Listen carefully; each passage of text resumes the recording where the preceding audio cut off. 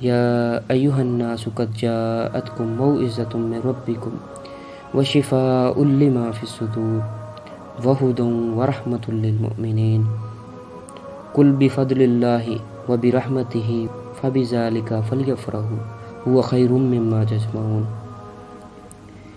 اللہ تبارک و تعالیٰ نے قرآن مجید کی ان آیات میں ارشاد فرمایا ہے، اے لوگو، تمہاری طرف ایک ایسی چیز نازل کی گئی ہے جس میں نصیحت ہے، جو سینوں میں روگ ہیں ان کے لیے شفا ہے، اور رحمت و ہدایت ہے ایمان والوں کے لیے۔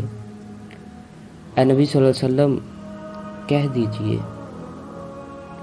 کہ لوگوں کو اللہ کے اس فضل اور رحمت پر خوشیاں منانی چاہیے، یہ اس سے بدرجہ بہتر ہے جو تم لوگ جمع کرتے ہو۔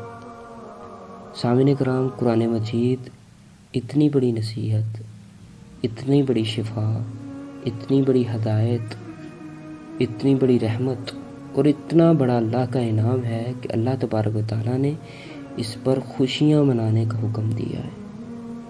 اس کے برعکس اتنی بڑی نعمت کے ساتھ ہمارا کیا سلوک ہے؟ ہم قرآن مجید کو محض ایک کتاب ثواب سمجھتے ہیں۔